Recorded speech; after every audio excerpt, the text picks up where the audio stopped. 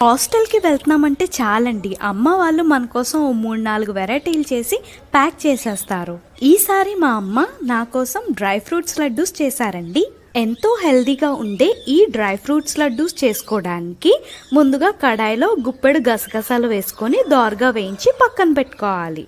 ఇప్పుడు అదే కడాయిలో 4 టేబుల్ స్పూన్ల నెయ్యి వేసుకొని అది వేడెక్కిన తర్వాత తరిగిన బాదం పప్పు, పిస్తా, జీడిపప్పు, వాల్నట్స్, గుమ్మడి గింజలు వేసుకొని 5 నిమిషాల పాటు దోరగా వేయించి పక్కన పెట్టుకోవాలండి.